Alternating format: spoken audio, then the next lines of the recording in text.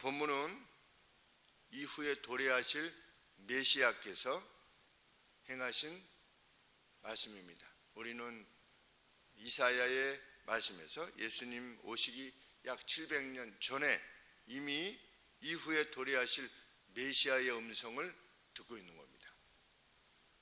1절에서의 나 섬들아 나를 들으라 그랬는데 여호와의 종 다름 아닌 메시아 곧 구약에 말씀하시는 예수 그리스도십니다. 구약에는 예수님이 잘 안 나타나시는 것처럼 보이는데 멜기세덱 말씀드렸지요. 그리고 구약에도 이미 하나님의 신, 하나님의 영, 성령이시죠. 그리고 오늘 49장 1절에서 언급하고 있는 바와 같이 이미 말씀하고 계시는 겁니다. 구약 시대에도. 그래서 1인칭 화법으로 내가 나의 예수님께서 오셔서 메시아이신 예수님께서 오셔서 어떠한 방식의 일을 행하실 것인가에 대해서 이미 밝히고 있는 내용인데 그 여호와의 종은 자신에 대해서 뭐라고 말씀하시느냐? 내가 태에서 나무로부터 나를 부르셨고 지명되셨다는 겁니다. 누구에 의해서? 여호와 하나님께서 지명하셨다. 어디로부터? 나의 모친의 몸으로부터. 누구겠습니까? 마리아죠. 이것을 통해서 우리는 무엇을 알게 되느냐? 메시아가 오는데 그냥 오는 것이 아니라 그냥 무슨 하늘에서 무슨 구름이라고 하는 영광과 함께 그렇게 오시는 것이 아니라 모친의 몸으로부터 올 것이다 라고 하는 것이 예언되어 주고 있음을 알게 됩니다.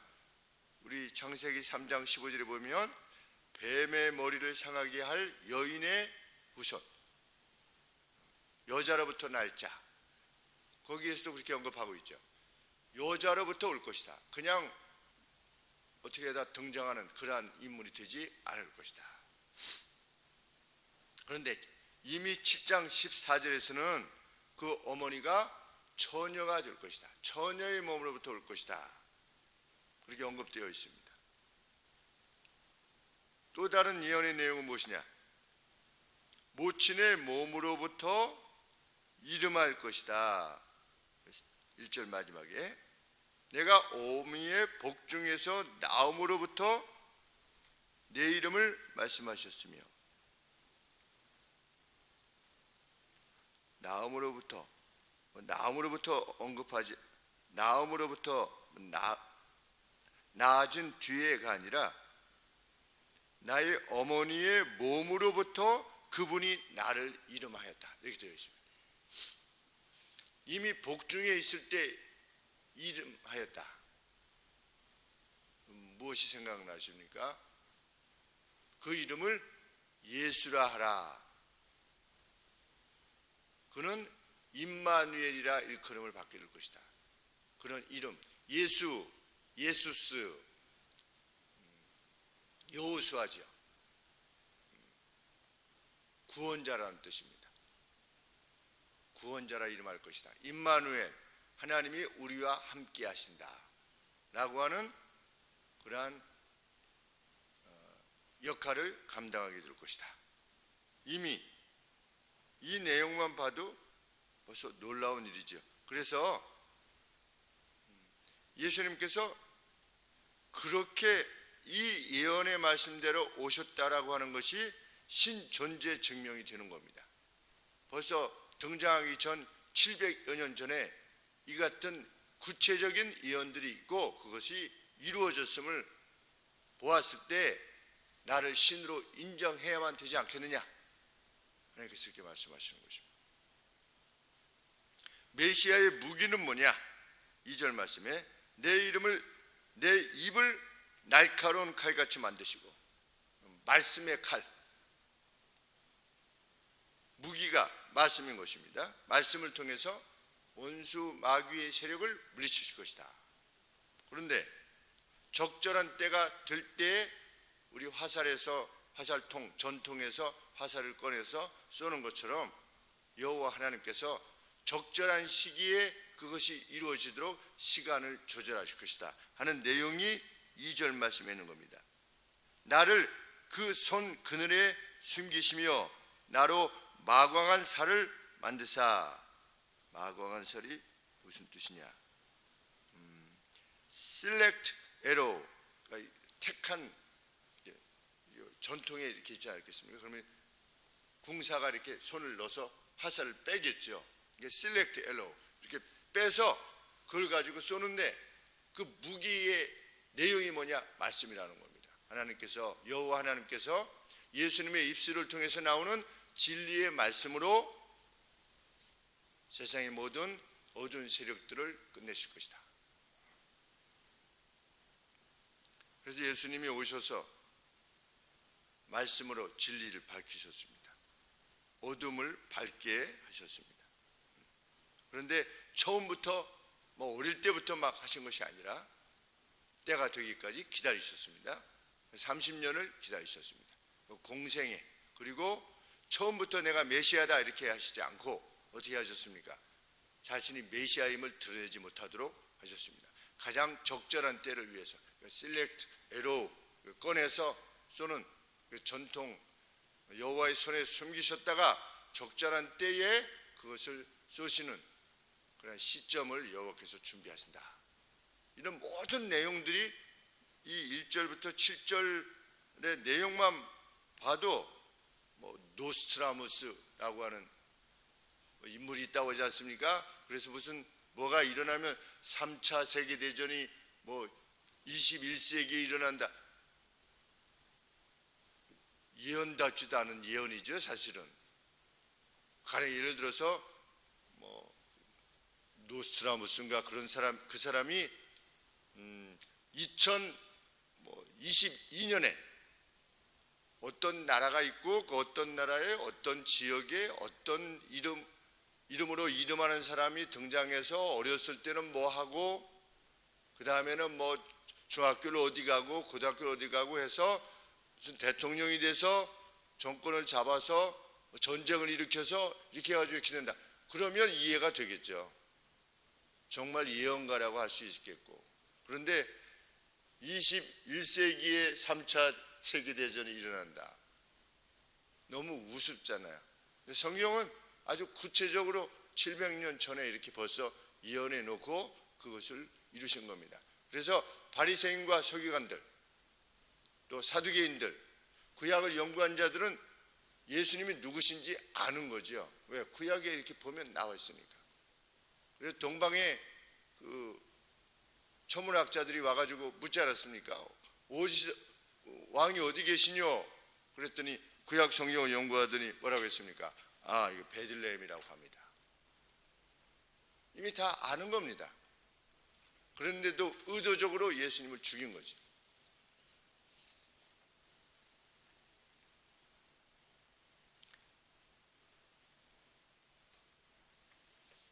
이 메시아는 자신이 무엇이 될 것이다? 고 여호와께서 말씀하셨다. 3절에 내게 이르시되 네가 나의 종이다. 나의 영광을 나타낼 참 이스라엘이다.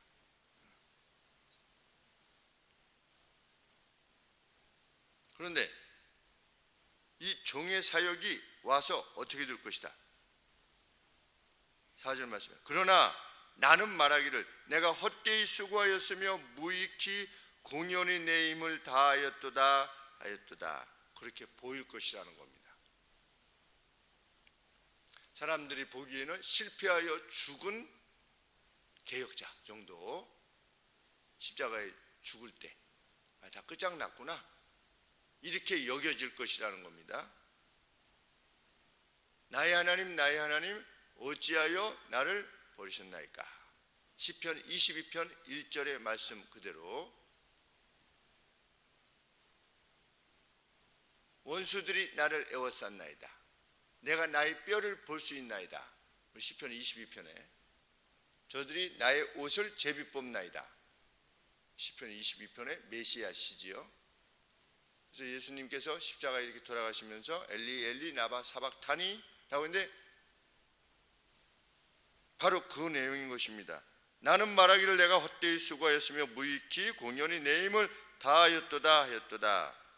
그런데 그 뒤에 4절 하여도 다 다음에 무슨 말씀이냐면 옛 그럼에도 불구하고 정령이 나의 신원이 나를 공의가 여호와께 있고 나의 보응이 나의 원하는 바 그것이 이루어지는 것이 나의 하나님께 있느니라. 시편 22편은 어찌하여 나를 버리셨나이까로 시작해가지고 그 뒤에 들소불에서 나를 구원하셨도다 라고 중간에 그 무드가 바뀝니다. 시편 22편도 이 구약에서 이미 말씀하시는 여호와의 종께서 뭐라고 말씀하시냐면 나의 사역은 마치 그냥 세상의 권세에 의해서 짓밟혀서 끝나는 것처럼 보일 것이다. 그럼에도 불구하고 나의 신원이 주께 여호와께 있을 것이다. 하나님께서 나를 갚으실 것이다. 그래서 나의 하나님 어찌하여 나를 버리셨나이까가 어떤 원망이 아닌 겁니다. 시편의 내용에 보면 왜? 그 첫 구절만 언급하신 것이기 때문입니다.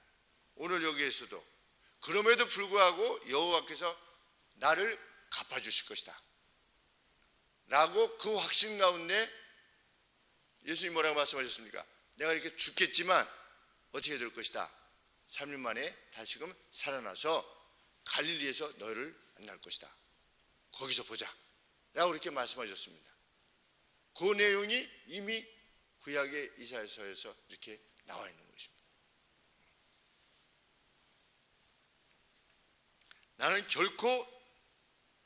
나를 결코 실패한 상태로 두시지 않을 것이다 라고 메시아 되신 여호와의 종 예수님께서 이렇게 말씀하고 계시는 겁니다.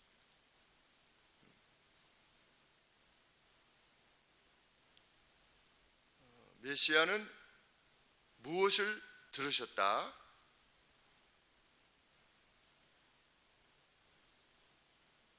6절 말씀에 그 목적이 일단 목적이 뭐냐? 나는 여호와의 보시기에 존귀한 자라. 나의 하나님이 나의 힘이 되셨도다. 다시 야곱을 자기에게로 돌아오게 하시려고 이스라엘을 자기에게 모이게 하시려고 나를 태에서 나옴으로부터 자기 종을 삼으신 여호와께서 말씀하시니라. 이스라엘을 돌아오게 하시려고. 그래서 제일 처음에 어디에 복음이 전해졌습니까? 예루살렘과 유다와 사마리아. 자기 백성이죠. 이스라엘이죠. 돌아오게 하시려고 나를 자기 종으로 삼으신 여호와께서 내게 말씀하셨다. 무슨 내용을? 그가 가라사대 내가 나의 종이 되어 야곱의 지파들을 일으키며 이스라엘 중에 남은 자들을 돌아오게 할 것은 그것은 아주 작은 일이다. 오히려 경한 일이다. 왜? 너가 무엇을 할 것이기 때문에 내가 또 너로 이방의 빛을 삼아 나의 구원을 베풀어서 땅끝까지 이르게 할 것이다 라고 하는 여호와 하나님의 말씀을 여호와의 종이 되실 메시아 예수님이 들으셨다는 겁니다. 그 사명을 가지고 세상에 오신 겁니다. 이방 땅에도 복음을 전하게 될 것이다. 복음이 확장되어 갈 것이다. 예수님께서 그렇게 하셨죠. 예수님이 오셔서 무엇이라고 말씀하셨습니까? 그 이방 여인에게 자녀의 떡을 취하여 개에게 줌이 마땅치 아니하다 라고 말씀하셨을 때 그게 무엇을 말씀하시는 것입니까? 요 프로세스를 말씀하시는 겁니다.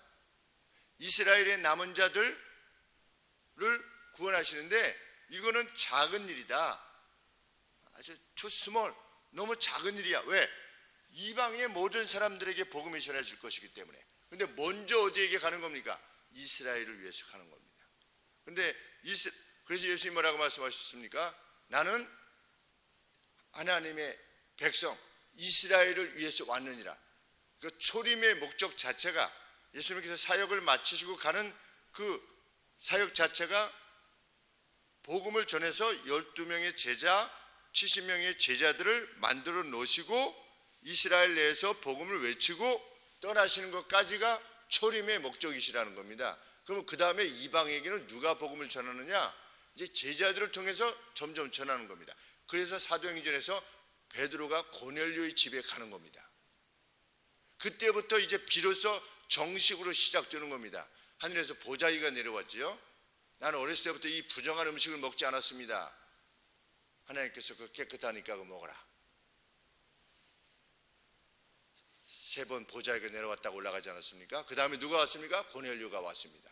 고넬료의 이 집으로부터. 그래서 이게 불법이다, 내가 오는 게. 이스라엘 법으로는, 전통으로는 불법이지만 하나님께서 깨끗하심으로 내가 왔다. 그래서 복음을 전하지 않았습니까?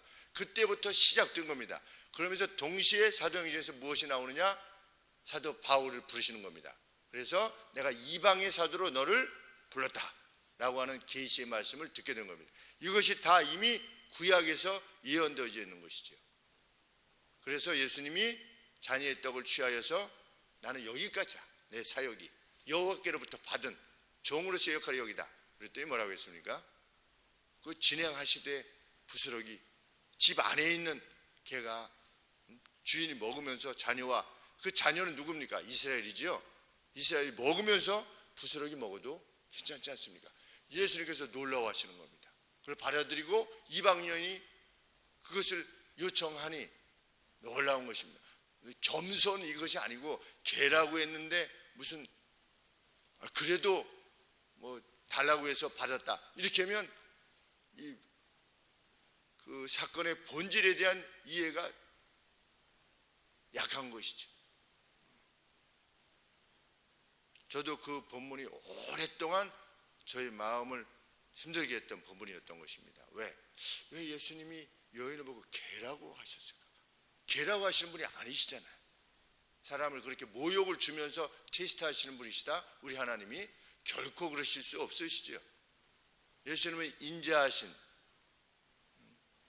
예루살렘에 가실 때에도 나귀를 타고 들어가신, 길에서 그 소리를 외치는 소리를 들을 수 없으리만큼 겸손하신 왕. 근데 겸손하신 왕이 누구한테 이렇게 너는 개다 그렇기 때문에 내가 못하겠다 이렇게 말씀하실 수가 없는 것이죠. 그런데 신학자가 연구해 놓은 것을 결국 발견하게 된 겁니다. 아, 그렇구나, 이렇구나. 저도 연구해서 알게 된 겁니다. 제가 이렇게 직접 알게 된 것이 아니라. 너무 감사하죠, 신학자들에게. 오늘 그 본문인 것입니다.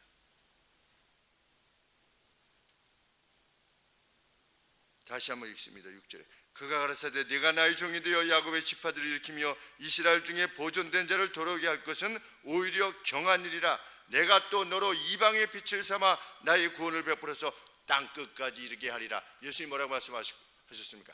땅끝까지 이르리라 이렇게 말씀하셨죠. 사마리아와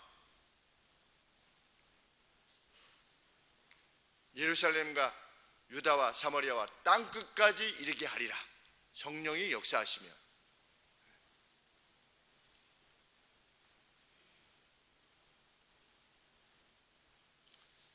자신의 이 땅에서의 지상에서의 사역의 내용이 어떤 것이다. 7절 말씀에 이스라엘의 구속자, 이스라엘의 거룩한 자이신 여호와께서 사람에게 멸시를 당하는 자, 예수님은 수염을 뽑힐 정도로 사람에게 멸시를 당하셨죠. 백성에게 미움을 받는 자, 십자가에 못 박으소서 하지 않았습니까? 바라바를 놓아줄까? 강도를 놓아줄까? 이 예수를 놓아줄까? 예수를 십자가에 못 박으소서. 정확하게 예언되어 있는 것입니다. 백성에게 미움을 받는 자, 그렇게 미움을 받을 수가 있습니까? 오셔서 선한 일들만 하셨는데 백성 고쳐주고 관원들에게 종이 된 자에게 이르시되 이같이 이르시되 여호와께서 너를 보고 요랑이 일어서게 될 것이다. 왜? 경배하려고. 방백들이 경배할 것이다. 그래서 우리 로마 시대에 보면 이제 313년에 로마의 황제 콘스탄티누스 황제가 했죠. 모든 황제들이 예수 그리스도의 이름 앞에 경배를 표했죠. 이후에 이는 너를 택한 바 신실한 나 여호와 이스라엘의 여호와 거룩한 자를 인함이니라. 말씀하시고 이루셨네. 이것은 신이 아니고서는 누가 이것을 할 것이냐?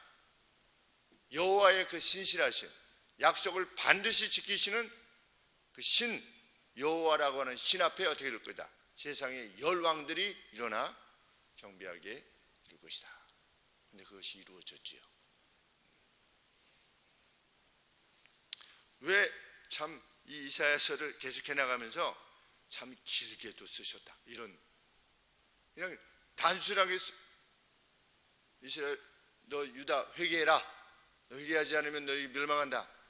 그런데 내가 너희에 대해서 지닌 마음은 이런 마음이고 역사에 대해서 나는 이런 역사를 가지고 있으니 역사에 대한 개혁을 가지고 있으니 너희는 지금이라도 돌아서라 라고 몇 장 쓰면 될 것 같아요. 그런데 거듭거듭해서 66장이나 되는 이러한 긴 장을 통해서 하나님이 말씀하시는 이유는 뭐냐? 아주 구체적으로 말씀하시지요. 그들의 죄악이나 하나님의 계획에 대해서. 왜? 돌아서라. 내가 너희를 세상에 대한 나의 생각은 너희에게 주으려 하는 것은 무엇이냐? 평안과 복됩니다. 제발 돌아서라. 길게 쓰시는 겁니다. 그리고 그것을 이루셨습니다. 히브리서 10장 37절에 이렇게 말씀하고 있습니다. 잠깐 후면 오실 이가 오실 것이다. 지체하지 아니하실 것이다. 우리 동일한 약속이 여호와의 이름으로 우리에게 주어져 있습니다. 말씀대로 주님은 다시 오셔서 신비지요. 정말 신비입니다. 할머니 할아버지의 그 무덤 산소에 가서 여기 다시 이렇게 부활한다는 것이 정말 신비일 텐데 그런 생각을 해보게 되었습니다. 우리를 영원한 나라에 살게 하실 것이다. 또 다시 이루실 종의 재림, 그것을 우리는 확신하며 고대하며 살아가는 것입니다. 반드시 이루실 것이니 반드시 이루실 신비의 기초에서 우리가 사는 것이니 정말 우리가 가장 복되다 말하지 아니할 수 없는 것입니다. 살아가시는 날 가운데 이 믿음이 더욱더 굳세지기를 우리가 함께 소망하며 또 여기서도 누리게 하시는 하나님의 모든 약속의 내용들, 그것을 통해서 우리는 주의 높으심을 알게 될 것이고 우리를 통해서 베푸시는 것들을 통해서 사람들이 일어나 하나님께 경배할 수 있는 그런 은총이 우리에게 주어지기를 소원합니다. 기도하겠습니다.